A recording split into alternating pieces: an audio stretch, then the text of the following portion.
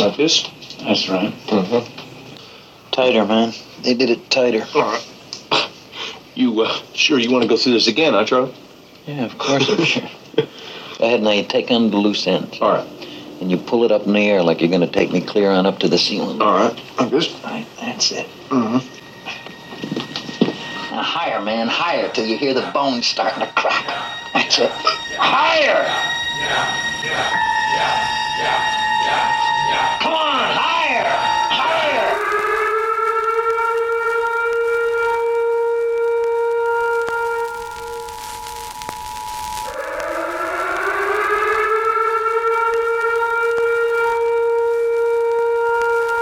This is the emergency podcast system. This is not a test. Movies are bombing all over the country. They are posing as movies you already know. They may already be in your theaters, your neighbor's home, or even your own. Do not panic. Specialists have been dispatched. They will help you identify these pretenders and defend you against this invasion of the remake. Please stand by for further instructions. That's enough.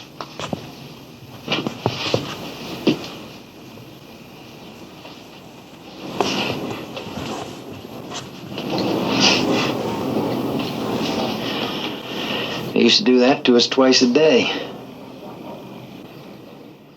I don't know how you took it.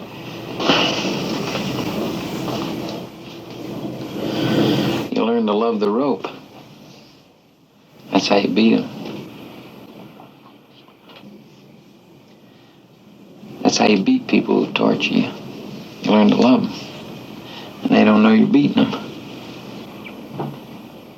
Welcome to the Invasion of the Remake podcast. I am your host, Jason Bishop, and coming in live from Planet Vulcan, Trish Coughlin. Hello, hello. Hello. On this snowy March weather day. I'm going to use the Simpsons term Smarch weather because it's like March is almost over. And by the time everybody hears it, it's going to be well into April, possibly even May. And they'll be like, what the hell are they talking about? Why is it snowing in May? It could still be a possibility, by the way. We live in Alberta. Literally every month of the year, there's the possibility. It has happened. Yes. Regardless of whether we're talking from March or you're listening in April, could still be snow. Yeah. That's just how we are here. So we've seen it happen in August of all things. Yeah, that's right. And, you know, we're good old Albertans. We just roll with it. Yeah. Which brings us to this movie, Rolling Thunder from 1977. A little revenge-o-matic that not a lot of people have heard of, but maybe they should. Yeah. Yeah, I'd never heard of this at all. And then I looked up, you gave me the link to look it up, and I'm like, William Devane. And I got into a Knots Landing hole after that because that's what I knew him from. And see, like me not being a soap guy, I'm like, that's the thing you remember him from? I mean, he's done a ton of television, so he was definitely that guy you saw in that thing that one time. Yeah, absolutely. He's the guy you saw on that TV show many times. And I think if this had gotten a release from a big studio, he might not have been doing things like Knots Landing. Yeah, because he's doing good work in this. Yeah, it was initially shopped around, I think, to Paramount or one of the big studios. And test audiences were rather hostile towards it. I think given probably because usually these are attached to another feature or whatever, right? When they do a test audience. Yeah. And I'm guessing they weren't having any of this, but to the point where they're getting a little hostile to the presenters. Oh, really? Oh, yeah. I mean, and this is a pretty dark little revenge-o-matic for the 70s, and I suppose I can get that. So eventually it got chopped around to AIP, which was Roger Corman's company, and he made a boatload off of this. Oh, really? Well, it was only a $2 million movie. Well, yeah. But it looks a lot better than your traditional AIP movie. Oh, yeah. I wouldn't have thought Roger Corman was involved. Like, it doesn't have that Corman feel. No, and I'm mainly because they're a distributor. They didn't actually make the movie. Yeah. So it was kind of being funded and then they were finding somebody to release it. So it was a little indie movie. Nice. Yeah. The fun thing about this is it's written by the guy who wrote Taxi Driver. I know. I was like looking at Paul Schrader. Holy crap. Yeah. So it's again, why has people not heard of this movie? I know Quentin Tarantino has, because it's one of his favorite revenge-o-matics. And he named a distribution company after it. Oh, yeah. Okay. I was thinking, like, where have I heard that before?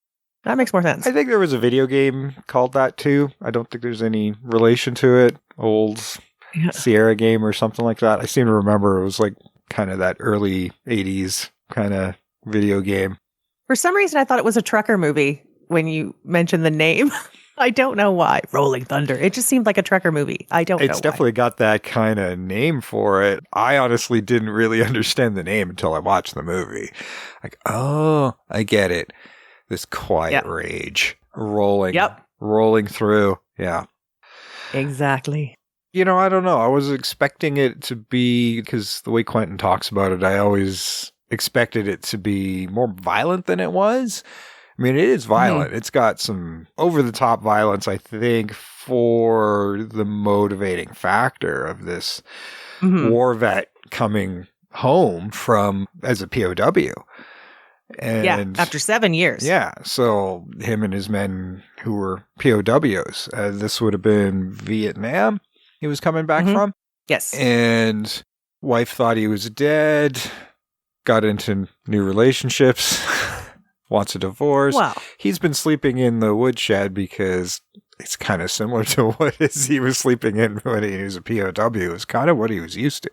Oh, yeah. Like, I mean, stuff like that, it's very traumatizing. So it's getting back to normalcy is really hard. Yeah. Initially going into this, not having seen this, I was thinking about, those astronauts who were stuck in space for 9 months. And literally the world they left is not the same as the one they came back to politically and how everybody relates to each other, countries. It's all screwed up. See, for them, I think their experience is more akin to Planet of the Apes.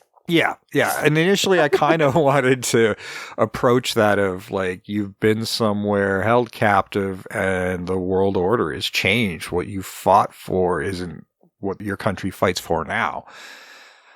Which might lean a little more towards Rambo, which has very similar themes, but it was more not fitting in society and things going out of his control in First Blood.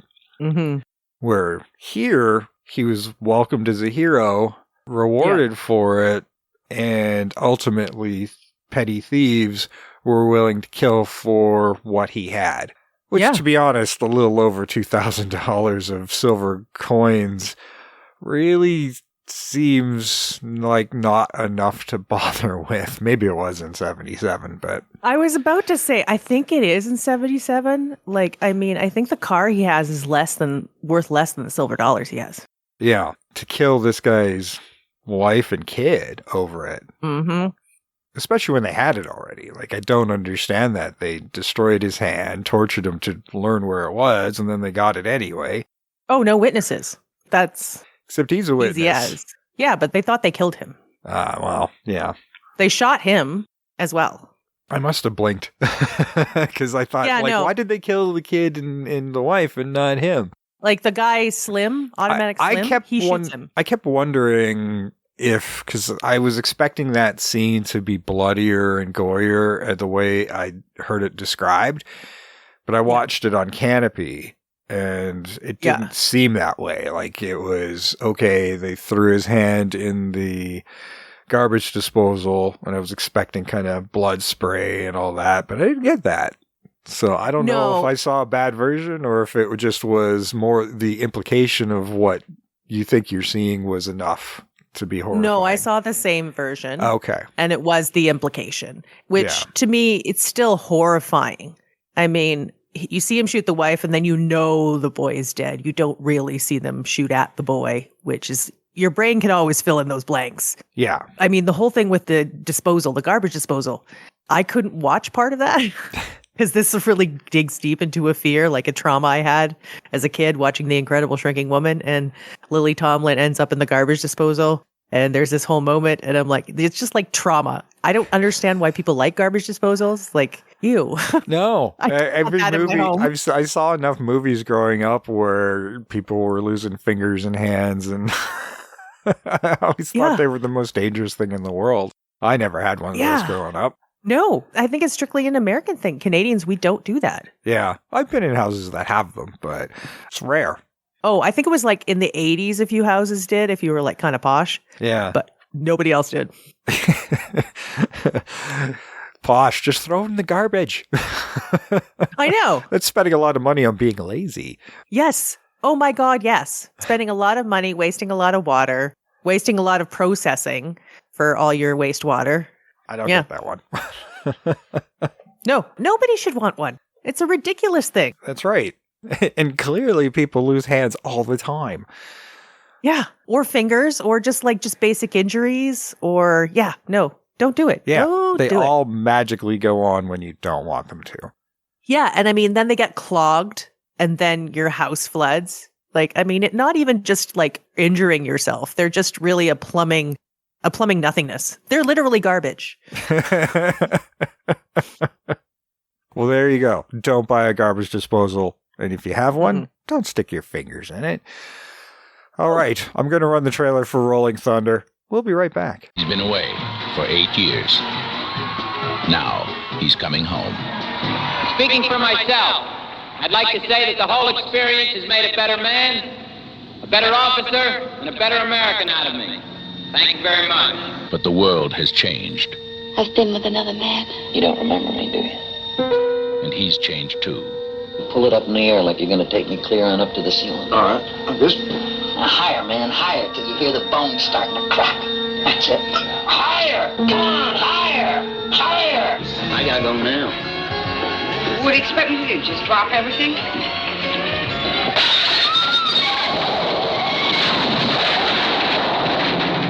What is wrong with you? You're driving too slow. It's going to take some time to readjust. Charlie!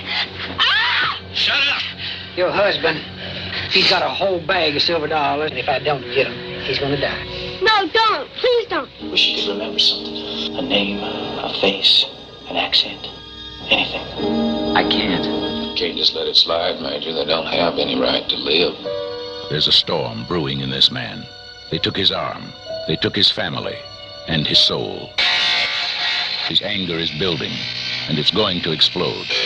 Now, from Paul Schrader, the author of Taxi Driver, comes a new and shattering film about a man poised on the brink of violence. Rolling Thunder, starring William Devane as Charles Rane. He has a purpose. He has a plan. It's only a matter of time. I found them. Who? The man who killed my son. I'll just get my gear. There's the 4 that came into my home, and there's 8 or 10 others.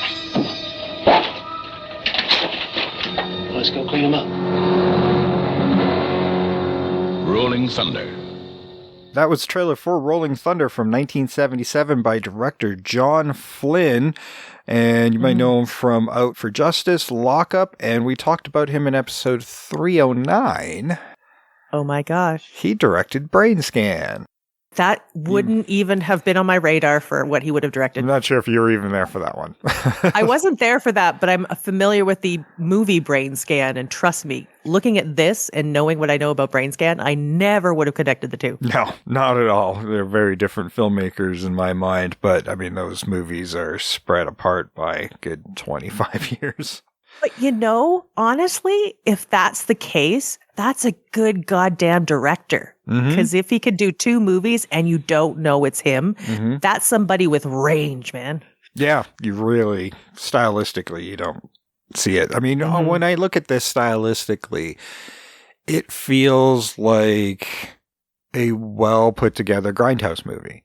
Yeah. Like you've got a guy who sharpened his prosthetic hook and learned how to use it to load a shotgun and going on a revenge streak. Like that sounds like a Grindhouse movie to me.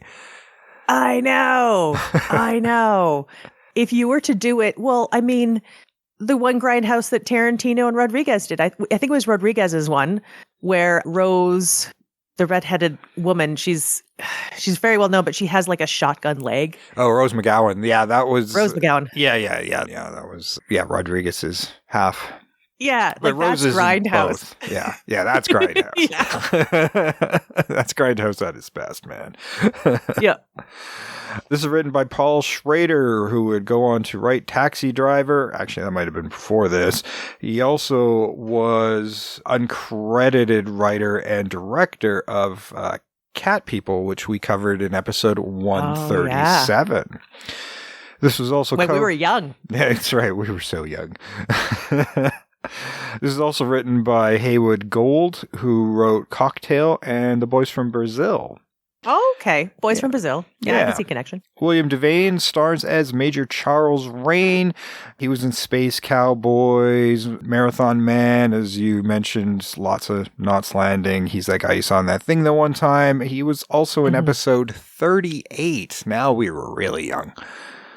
Oh my God. 38? That was Payback. Oh, shoot. And you know what? I looked that up and I saw that. Damn it.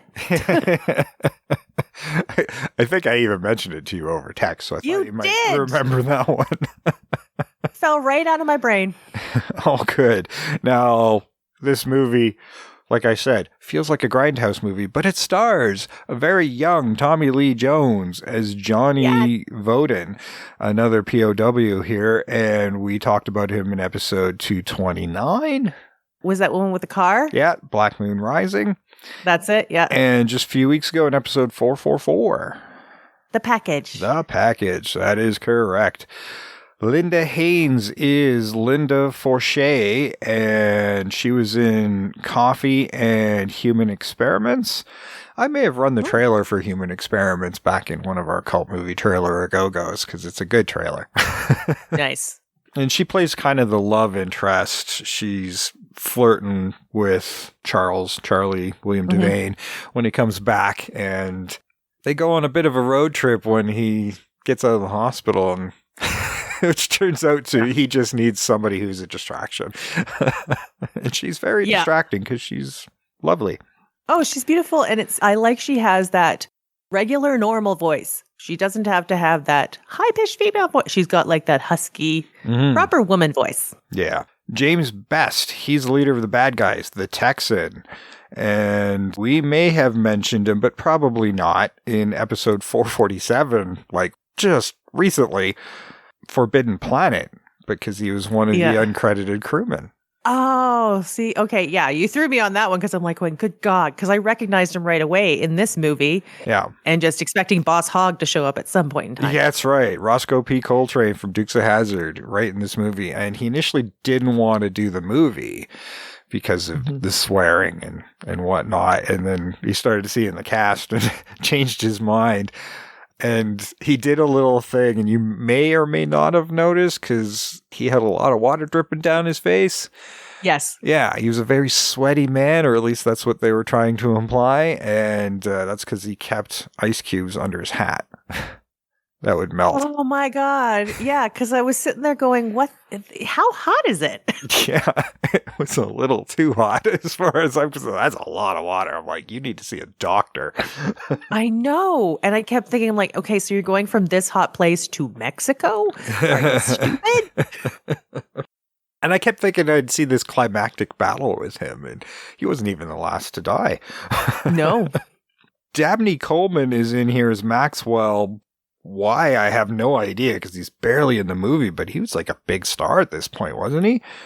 Right? Yeah. I mean, like he was, I don't know if he was huge. He was up and coming for sure. Yeah. He was in War Games. You Got Mail, 9 to 5, Tootsie, like freaking Dabney Coleman, man. He just passed away a couple years ago, but oh my Lord.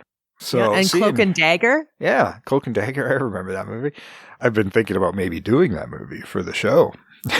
You know what? I thought of that, and I was sitting there going, have we done? Because we've done so many. I'm like, good God, have we done it? There's a universe I think we have, because in my mind, we might have. Yeah, we may have talked about it. And in fact, I may have put it on a list and threatened to do it more than once. But yeah, Dabney Coleman's barely here. And I was confused. I wasn't sure if he was one of the soldiers he came back with or if he was the therapist he was going to. He's a therapist. Yeah, military. That I know for I thought fact. he was a military doctor. And I have a good idea for him. Okay, and good. Also for the female lead. Okay. It's a little out there, but I think it'll work. Yeah, we're getting into some smaller roles here. Lisa Blake Richards is Janet. She was in Heaven Can Wait, Mr. Mom, and probably is best known for being a regular on Dark Shadows, the television series. Oh, okay. Luke Askew is Automatic Slim, who actually winds up being a bigger bad guy in this. Yes. Yeah, bigger than the guy who I thought was in charge. Yeah, he's in Frailty, Easy Rider, Cool Hand Luke, and The Devil's Brigade. He's been in some good stuff, man. Nice. I don't know how to pronounce this one. Lawrison Driscoll is Cliff. That's the cop in this one. The brother-in-law? No, the new husband? soon-to-be husband. Soon-to-be husband. They're just engaged at this point. Okay. And they seem to have a somewhat cordial relationship. He was in the Great Texas Dynamite Chase and something called The Female Response. Oh, I've heard of that. I don't think it's good. Yeah. I can't with the title like that. It can't be. It can't possibly be.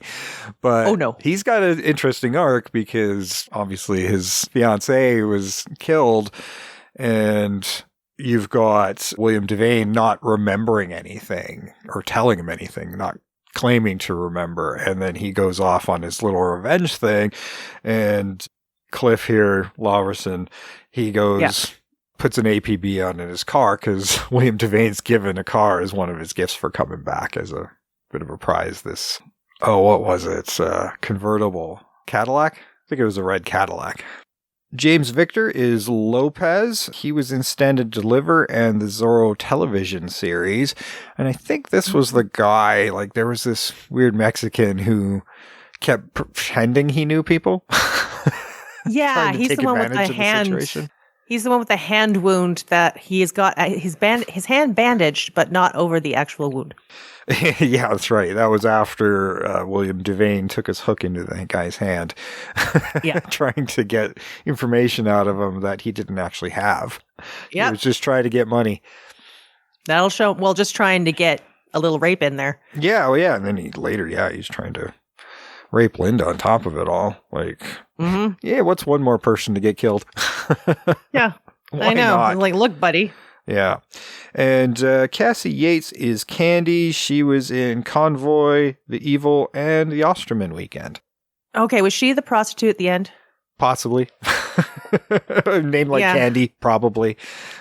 It's the only other person I could think of that's a female. Yeah. Like, there's 4 people in the gang, then they're so far down the list, and once they have generic names, it kind of stops. So I know I didn't get all of the cast because a lot of them don't get dialogue or screen time, and in fact, they go hunting for a guy who I don't think we ever actually see.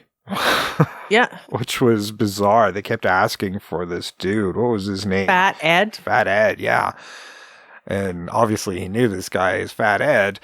There's a starting point, but I couldn't even tell you who he was. Like, there's no actor in the cast called Fat Ed. Well, I seem to think there was something he mentioned. He knew where they're going to something Nuevo and we'll meet Fat Ed. I think that was the kind of thing, like he remembered them saying that before he got shot. Oh, it's a source. Like, okay, it was a name that was dropped, so he was trying to find that as a starting place. Yeah. The investigations are a bit weak because he keeps confronting people that say they know and then they don't know anything. But he does eventually track him down in Mexico to this whorehouse. Yeah, well, I mean, he's determined. He is determined. He's a very determined man. There's some really wonderful scenes in here, though, dramatic ones before he goes on his little revenge spree. Like, there's a moment with his son before he's murdered. And he's explaining this flag he knitted out of like stray cloth or whatever while he was a POW that they would all salute in the morning and sometimes sing the national anthem quietly. Yeah, whisper it. I carried that around with me for a long time. See, where I was, we didn't get to see the American flag very often. In jail? Jail, well, I guess so, yeah. I made that myself. I collected little pieces of thread and cloth, and well, it took a long time, but I made it. Every morning, all the men in my compound would come in and salute it. That little thing? Yep, that little thing. Sometimes we'd even whisper the Star-Spangled Banner. Do you remember me? I mean, what I looked like when I was a baby? Sure. Of course I do. Every last detail. And I thought that was a really good little dramatic beat, right? Oh, yes. They do make a point of showing you his trauma, his PTSD. It's something that I don't even think they had a word for in the 70s. Well, they called it, what was it, shell shock. It was a layover from World War II. I think it was shell shock is what they tended to call post-traumatic stress disorder until they really kind of dug into it. Mm-hmm. Yeah, we actually see flashbacks to his torture. And in fact, there's a scene where he's talking to Cliff at what they would do, and they reenact it. And it's really intense. And that's the moment. Cliff. That's the moment where I was looking at going, holy crap, William Devane. Right? All right. Yeah, he's very subdued. He doesn't say very much, but when he does, it's powerful. It's all there. Yeah. Like, you're just, you're Cliff is what you are. Yeah.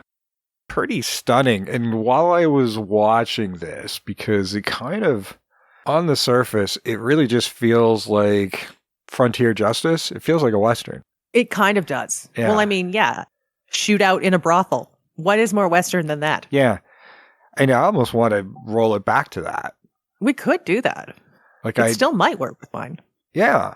I think it would. I think it could be a little trickier. Like there was that, well, I suppose you could still have the war vet stuff, but there's the thing with Tommy Lee Jones too, who seems to be reluctant to get back to his life. We don't see him very much. Yeah. And he's talking about re-upping just because regular life, he doesn't know how to do it anymore. He doesn't. I mean, and I think what I really, and this is kind of how I cast with it, is his character. I think he's so much younger than William Devane, and he was captured when he was young. He knows nothing else. Like, this is a significant part of his life already. If he got caught when he was 21, 7 years, that's a quarter of his life. Yeah. That this was. And so little has to be said to get him involved. So, once Linda goes back home, he goes to his friend. He's like, oh, I found them. I found the people who killed my son. And he's like, let me get my things. John, can I talk to you for a minute? Oh, yeah. Excuse me. Yourself home?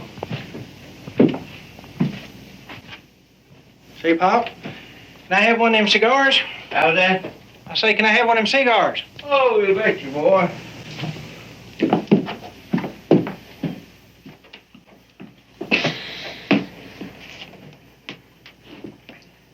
I'm sorry about all this, Major. That's all right, John. I found them. Who? The man who killed my son.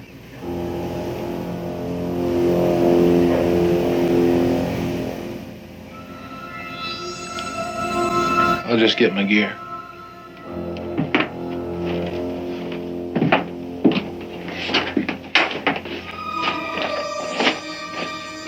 They're in a whorehouse over in Juarez right now. There's the 4 that came into my home, and there's 8 or 10 others. Let's go clean them up. And this is during like a family gathering. Like he'd have a private moment. He's like, yep. And so little has to be said. This is his commanding officer, and he's ready to go to war for him again. Well, see, I don't even think it's that. I think it's like, this is somebody I was through something, so we have a trauma bond. We are in it forever. He helped me survive. I helped him survive. I mean, yeah, there's no words really to just be like, yeah, okay, fine. And you see him, there's one bit when he's getting out, I think of the car, when they're about to go into the brothel. There's this little smile on his face because he knows violence is about to happen and he knows that's what he's good at. Yeah, I actually kept thinking, especially when they're in the brothel, and like it's violent, people are dying, and they're getting shot. Like, I actually didn't think they'd make it through to the end. Right? And who knows? They could have died on the way to the hospital. But there's actually a portion in the movie where he's talking to Linda and he's hearing this song. And he goes, I remember that song from when I was alive. I remember that song from when I was alive. Alive?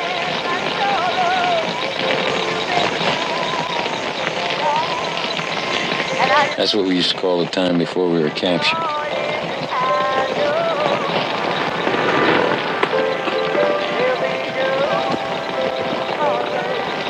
Which is pre-war.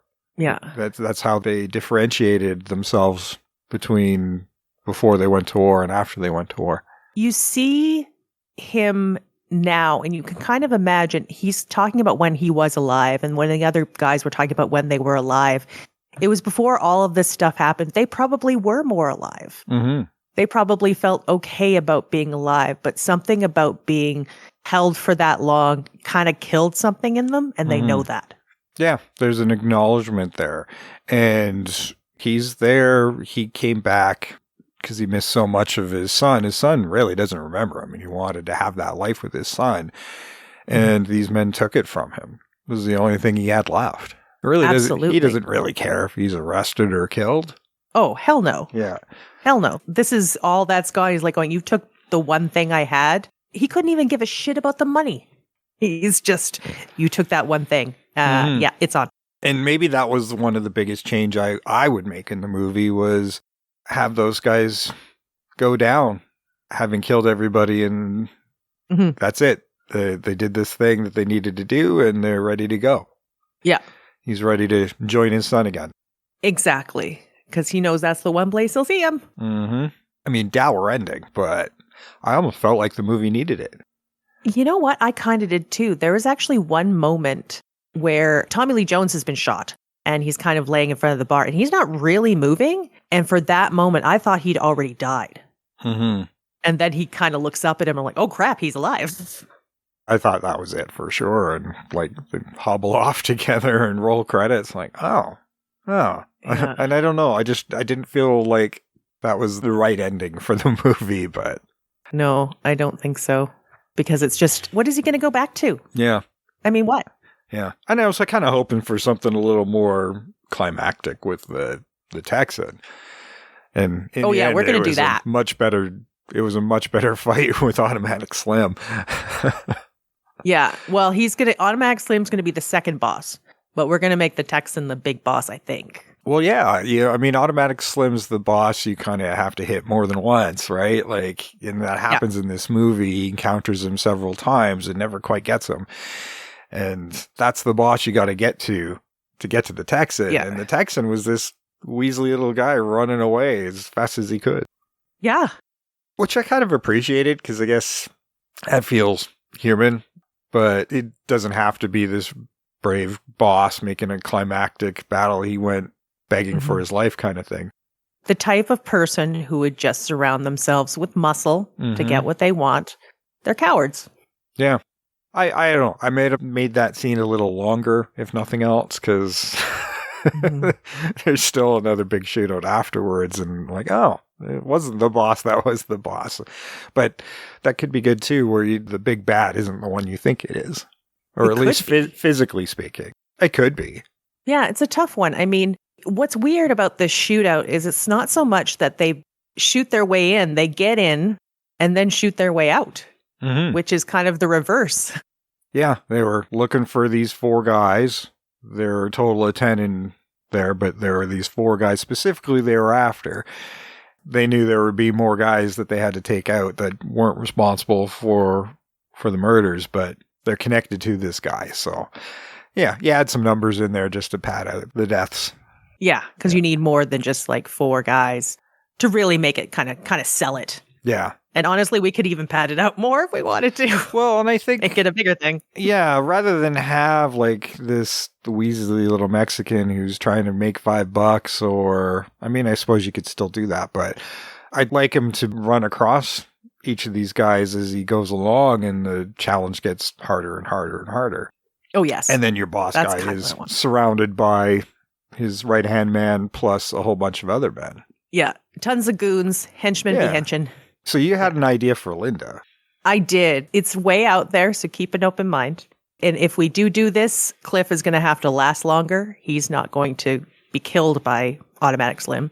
It kind of came to me when she keeps telling him, we have to call the police. We have to do this. She seems to be his conscience in a way. And I had this weird idea. I'm like, good God, what if Linda actually isn't real? Like, what if she's representative of the woman who did wear his bracelet? She does exist, but she's not there.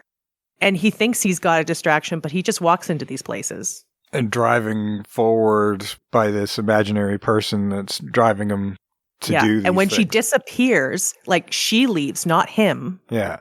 He wakes up and she's gone. That's when the final moment happens where he's just given up and he's going to take all these people out and he's going to die. It's very meta. It is meta. I kind of like it. It's a weird turn. I kind of because it's a PTSD thing. Most people with kind of like that dissociative personality disorder and a lot of stuff like PTSD can drive that. Yeah. And it could also be part of like he knew how to dissociate so much because of his trauma that's just what happens. Yeah, this is that person, maybe a face he saw when he came back, or somebody he remembers from before he left. And it's enough to stick in his brain and form this relationship out of this trauma of his family dying. Yeah. And it could still work on the frontiers too, because if we move it into a Western scenario, it doesn't change anything. It could be rather interesting. Absolutely. And I mean, honestly, we could go real full on for what, like when we say we want them to die at the end, that's when he sees her again. Mm-hmm. Really, yeah, she's not real. Yeah. One last, I don't know, love of his that... Well, it's a part of him. Yeah. She would be a part of him who still believes in justice actually occurring. Mm-hmm. And maybe that's why she wants this cop, sheriff, or whatever, is trying to keep him alive. Part of his subconscious is trying to keep him alive. Yeah. And when he gives up on that thought, it's like, I'm willing to die on this cause. Yeah. And he's like, I've got nothing to go back to. Nothing at all now. So this is the final stand. And that's when she goes away. Yeah. I like that. Oh, it's an interesting idea. Thank you. That adds a deep layer to this movie that is already there. Yeah. Because she represents him leaving the violence, leaving the vengeance, leaving all of it behind, because she does mention she wants to go back. Mm-hmm. She wants to call the cops. She wants to go to Alaska. Yeah. And he has no desire to go back. Exactly. It's nothing but trauma back there for him. Oh, for sure. I mean, when he said he was going to stay in the house, I'm like, oh no. But then he started making weapons and I'm like, oh yeah. Yeah, the little montage of him sharpening his hook. I love that. That's when it got really grindhousey for me. I'm like, oh yeah. I know. It took me a minute. I'm sitting there going, wait, what? Huh? And then I was, that's what he's doing. It took me like longer than it really should have to really gather that. Yeah, and initially I was wondering what he was doing in the hospital when he's loading that package of cigarettes and he's trying to use the hook to put the cigarettes back into the package. And like, well, he's learning some fine motor skills with that hook. And then you see him later loading the shotgun with it. I'm like, that's what that was for. Yeah, dexterity. Yeah. Which, I look at those hooks and they've been in the market for a very long time, and I'm still not sure how people make them open. I really have to look into that. Yeah.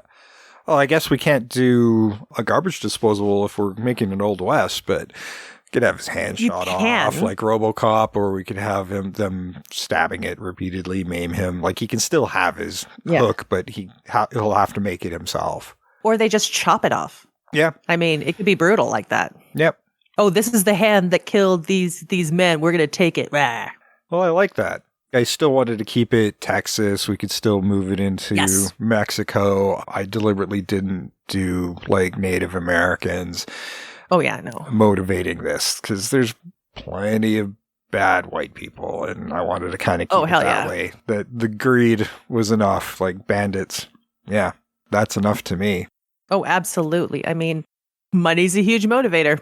Mm-hmm. I mean, robbery's been around for a very long time. Yeah. So do we do it on like a homestead, like a little, little community, or do we have it like a stagecoach robbery or... I'm wondering about that. Yeah. Because I'm wondering, the one thing we could do, when was the U.S. Civil War? Like, I can't remember what years those were. Because, I mean, I thought the Wild West was after it. I think so, too. And then people were kind of... I think the Wild West was after it. So you could have somebody who's like a quote-unquote Civil War vet. And they fought for the North, but they're in the South, which would add an extra layer of animosity. Yeah. But I like the idea of a homestead. Okay. All I know is the Wild West was not as long as everybody says it was. Yeah. And it was like a 20-year period, and that's it. Yeah. I mean, and I think it's close enough because, like, I think back into comics and Jonah Hex, and he was a gray coat, so I think that'll work. Yeah. Yeah, there we go. Yeah, because then we can still have, like, the vet. Yeah. PTSD in that era where they don't even have a word for it, right? That kind of trauma. Absolutely. Yeah.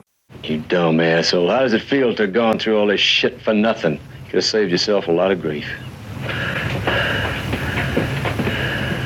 Oh, now, Slim, a hero, he don't work like that. Charlie, why didn't you tell him? I'll tell you why, lady. Because he's one macho motherfucker. Well, that's cool. I like that. My casting might still work. My casting may not work, but I didn't know this. Well, I mean, my initial thoughts going in didn't really work, so I might save those for another day. And, okay, there you go. Because I still like that idea of returning to America that's very changed, right? But there's a lot of modern politics that are driving a whole lot of stories in my brain. So that one will keep for another movie. Could be a really good way to revive Rambo, actually. For sure. Well, I was just looking. American Civil War, it says 1861 to 1865. And the Wild West could be 1865 to 1895. Okay, yeah. So sits in the window really nice. Mm-hmm. Yeah. Cool. Okay, so yeah, I like your idea with Linda. I kind of figured like we could cast a few more guys to create this group around him. So he'd have a bigger crew going. We can just have a bigger shootout, right? He's got these 4 guys he went through hell with. So it's not just Tommy Lee Jones anymore. We can add a couple more guys because he came back there were 4 of them. But we only ever get to really see Tommy Lee Jones. So I thought that we could bring those characters in and do a little bit more with them, at least at the end. So he's got his little crew of people, his Magnificent 4. Yes. Oh, yeah. That's exactly what Fearless coming 4. together in my head. Yes, the Fearless 4. And they're like, and being in Texas, they're in their horses and they come by and they're like, we came to pick you up. And they're like, all right. Right. And that's part of the journey. Yeah. Because a lot of this is a bit of a road trip, is not just finding out where these guys are, but picking up the crew along the way. Absolutely. And I mean, again, if we have a crew, I mean, then you don't need the Linda distraction bit. Like, she's there. Yeah, she's there. And maybe you can do something more with Maxwell where he was one of his veterans friends, but still combine that thoughtful psychiatrist type of character who's basically just checking in on our lead character and trying to figure out what's going on in his brain and maybe noticing him talking to himself, which is him talking to Linda. Yeah. And I mean, like, you could still make him like you can make him an Old West physician. Yeah. Doc Holliday type of guy. Exactly. Yeah. Still handy with the steel, but also very, intellectual. Yeah. I kind of figured like have about 4 guys, that'd be good. And since they're going after a gang of 4 or more people, And we know that ballooned in this movie till about 10, so. Yeah, and I mean, 4 is, honestly, it's a good amount of characters where you can give them enough room to breathe and you're not spread too thin. Mm-hmm. Cool. All right. Well, I kind of got halfway through my casting, so I'll do mine first, and hopefully we can fill in some of it with some of yours, because I did kind of fill in my main crew. So for Major Rane, the William Devane character, I went with Joel Kinnaman. Oh, sweet. Altered Carbon, RoboCop, so I wanted somebody with some gravitas to his presence, right? And the strong silence he can do is amazing. Yeah. For Johnny, I made that Michael B. Jordan. I almost did that. I was also looking for like an age group where it felt like they'd be of that war era and having lived through something, but they're still fairly young. Kellen Lutz, more boxy. Yeah. Twilight Saga, he's filling out the crew so he doesn't have to be up front as much. For Cliff, the sheriff, I went with John Carter and Battleship star Taylor Kitsch. Ooh, there you go. Yeah. For the Texan, I went with Frank Grillo. I wanted him to be a little more rugged and tougher. Yep. And he'd probably look really good in cowboy hat. Oh, yeah. And I mean, he's done big bads a lot. He could do it. Sure, yeah. Boss level, major guy in The Purge. That was kind of his franchise. For Linda, I went with Samara Weaving. Nice. Yeah, Guns Akimbo, Ready or Not, Mayhem, Tough Broad. Although now she's not really interacting with people, so that's a different way of using her now. But you know what? She's got such a range. I think she could totally, Yeah. He's great. I also wanted like one of the bad guys to be really big and intimidating, and I just finished 3rd season of Reacher. Yes. Oliver Richter's, that massive dude that makes Reacher look small. How big is that guy? Oh my God. Like, I know he wasn't the Mountain in Game of Thrones, but he could have been. I know, because the guy who plays Reacher is already huge. Yeah, he's like 6'5". Yeah. And this guy towers over him. Just like, how is that guy not a professional wrestler? He's so big. Yeah. So I just wanted to use him in here. That's amazing. Can't call him Automatic Slim, but he could be Big Ed. Big Ed. Big Ed, Giant Ed. Maybe not Fat Ed, but yeah. Not Fat Ed. Or, back when they did ironic names, we can call him Tiny. There we go. I love that. Tiny Tim. Didn't fit in the houses. And that's where kind of my casting ended, because I got busy and then I never got back to it. I hear ya. But, so I got 7 of them, so that's pretty good. For my director, I went with Lee Whannell from Upgrade and Invisible Man. And in fact, he's such a capable writer, he could write it too. Oh, nice. I like that. Yeah. I like that. I mean, because Upgrade is really good. Yeah, he might be known more for horror, but, he's actually pretty decent actor too, so maybe we can give him a role in here. Awesome. He could be one of the goons. Yeah. Could be Automatic Slim. He could be, yeah. Nice. I like it. Why not? All right, what do you got? I didn't think a time frame was Western, so some of it might not work, but you know what? We could still try it. I didn't cast mainly with Western in mind. It was kind of percolating back there, but mine actually works out pretty decent for a Western. Yours works out really well, and I might use a couple of your extra guys to be like bolster my bad guys, because I only got 2 bad guys. Okay. So for Major Charles Rane, I went with Riz Ahmed. He's very unassuming, but he can also do very quiet. Okay. And he was the pilot in Rogue One. Yeah, I'll have to go back to it. I just can't picture his face, unfortunately. Yeah, no, very, very soulful looking guy. Okay. Johnny Voden, Brandon T. Jackson from Candyman. Oh. Because he's young-ish. I was trying to get them young-ish so that like most of their time was spent in captivity. Yeah. In a sad way. Linda Forshey, Alicia Wainwright. She was in a movie called Palmer. She's kind of up and coming. Okay. Like I felt this would be kind of that B-level. That's why I put a lot of B-level action guys in mine. Oh, yeah. But then we'll get them to the A level after our great movie. Right? Yeah. Maxwell, I went with Randall Park. Oh. Because I could see him being a therapist. I don't know why. Sure. It's just the imagery. Cliff, I went with Joseph Gordon-Levitt. Oh. I feel he's kind of at that level now. He's gotten daddish, and he's ready now. Okay. I actually saw him, like, he was on a couple of lists I was using to research my cast, and I'm like, he might be too big. Yeah, no, that's why I kind of, like, I put him in a couple of areas because I wasn't sure where I wanted to put him. But yeah, as Cliff, I feel like, Cliff, because he could be that guy who, he knows he's going to marry this guy's wife, but he's still quite respectful of the situation. Mm-hmm. I mean, which is what I really enjoyed about this movie, is Cliff is still very respectful of the situation. Yeah. Yeah, and he's trying to help this guy. Exactly. The Texan, I went with Theo James, just because I saw him in The Monkey, and I'm like, well, we want to try and make him look bad. Let's see if we can do it this time. Okay. Because you can try like hard, but Theo James is just too pretty. I don't know why. Automatic Slim, of course, I went with Walton Goggins. Oh, I love that. I want that. Yeah. He's always this guy. Yeah. He was actually my first cast. Oh, God. I don't know why. I'm embarrassed that didn't come to my mind. See, that's why I'm here, because I'm your second brain that will bring up the ones that are like, oh, that's what we're doing.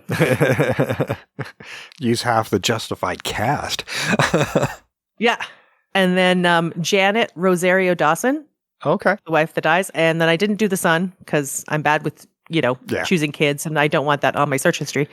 And then with Lopez, I went with Michael Pena. Okay. Because he could be about that lies. And for my director, because I didn't know, I thought we were going to be more actiony, I went with David Leitch, who did Atomic Blonde. Oh, yeah. Yeah, I wasn't sure which way it was going to go. I know, like, my choice will have much more gorier scenes, but he's not known for actiony stuff, so... Hey, you know what? Sometimes you just have to give that director the opportunity. You never know, right? Mm-hmm. And I thought Upgrade had some action stuff, didn't it? Like some pretty actiony moments. To be honest, I haven't seen it. But he wrote Invisible Man, and there's some good stuff in there. And the psychological aspect of somebody being there that you can't see, and like he could write that stuff. So it actually feels pretty good with some of your ideas there. Exactly. Yeah, we can combine the two. And I loved your two very giant men. I need them. They're going to be part of the crew. Yeah, you can do it. Absolutely. Yeah, this budget was budgeted at $2 million. I don't know what it made in box office or whatever, but I bet you it was a half decent renter and good sales to television because, good little revenge-o-matic. It's baffling that people haven't really seen it, but 6.9 on IMDb, which is pretty good. Yeah, you got off lucky last couple of weeks with I know Rotten Tomatoes, but Tomatoes. Yes, not this time. Damn it! What do you think critics thought of this movie? Critics, yeah. You know what? I think they might be okay with it. 60. Okay. What do you think the audience score was? 66. Wow. Not so way good. Off? Not so good. Yeah, you were way off. Actually, critics are very positive about this movie. 81%.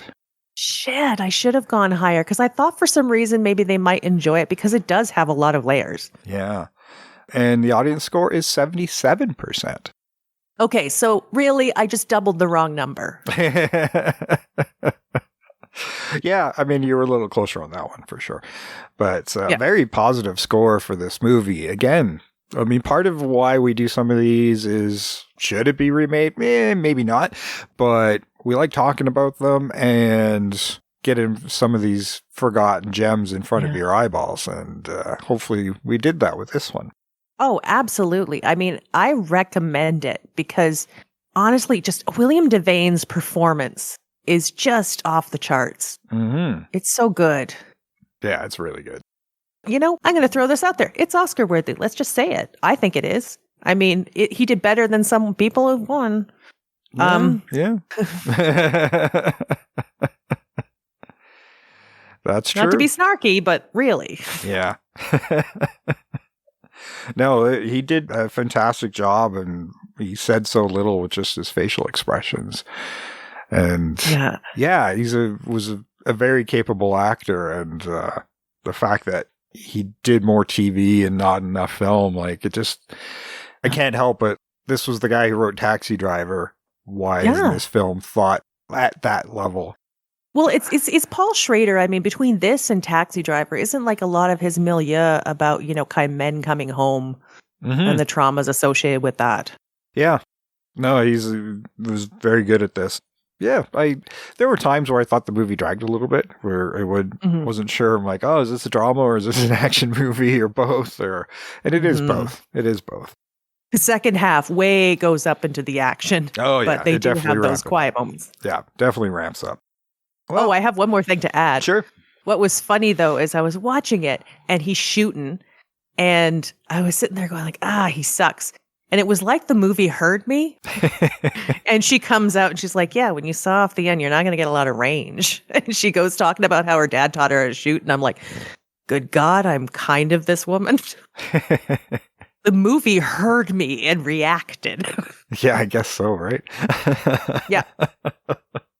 Well, we're definitely glad we got to cover this. Rolling Thunder, fantastic movie either way. I kind of like our Western idea, our psychological Western. Oh, yeah. And you know what? You're right. Like, because honestly, a lot of revenge movies, you can put them in the Western area and it really does. It speaks to it because there's just something about it. Yeah. Like I said, frontier justice, man. Yeah. Hell yeah. I mean, Unforgiven. Yeah, right? Definitely a revenge movie. Well, if you liked this episode, give us a 5-star rating and a short review over on Apple Podcasts or wherever you get your podcasts, because it helps get more earballs on the show. Another way you can help the show is by visiting our website, invasionoftheremake.wixsite.com/podcast. And over there you can find our archives of nearly 450 movies plus the 31 Days of Horror lists. And so much more. Go check it out. Lots of ways to listen. You can find it all there. There's also a little store button that'll take you to our store. It's actually a new dedicated store. Still the same great stuff you could get before. T-shirts, mugs, posters, magnets, stickers, hoodies, hats, and all sorts of stuff. And we got nearly 100 designs sitting there. Exactly. If we could offer prosthetic hands, we might, but they don't do that. By buying a t-shirt, you're helping keep this show free for you every few weeks. So we really appreciate it. And you're going to get something really comfy and cool. It's by the guys at TeePublic. So try it out and support the show. You'll look good doing it. Yeah. Be fashionable. Yeah. You can follow us on our social media at Invasion Remake on X and Blue Sky. Invasion of the Remake on Facebook, Instagram, TikTok, Threads. We're in quite a few different places, so follow us there. And if you want to send us your suggestions, your corrections, your comments, you can also email us, invasionoftheremake@gmail.com. Yeah. That's like the old school way. Every time I say that, people are like, you have email? Yeah. Who doesn't have email? Well, no, but I mean, like, they TikTok, they DM, they do other stuff. Like, email me is basically like saying, can you get me a fax? Yeah, I guess so. Still ways some people do things, so. And oh, yeah. I'm not saying it's bad. It's just, I'm like, it sometimes makes me feel old. Yeah. I mean, we got their social media. You can message us there, too. Yeah. It's all good. You can do it at all those places. All right. Well, that's it for Rolling Thunder. I enjoyed it. I'd never seen it before. It was pretty cool. Oh, yeah. And learning about it and how that influenced guys like Quentin Tarantino. Oh, yeah. Yeah. It's a haunting movie, guys. Like, it is a revenge movie, but there's so much more there. Yeah, absolutely. All right. Well, we'll catch you guys in 2 weeks with a comparison. Until then, I've been Jason. And I continue to be Trish. And we are out of here.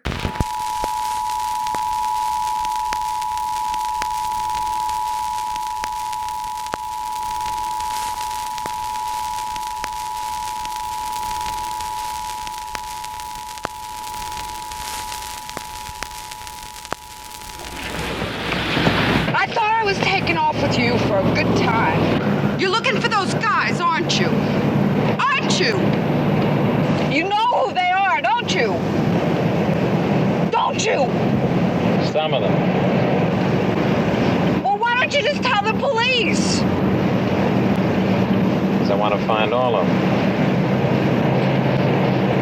Man, I have had it with life. lying men, Charlie, the ones that say one thing and they do another, the ones that always let you down. Are you gonna let me down? Depends on what you're looking for. Right now, I'm gonna take you to a Kuna. That's miles from here, and I'm dog tired. Come on, climb in the back seat and go to sleep. Why do I always get stuck with crazy men? Man. That's the only kind that's left.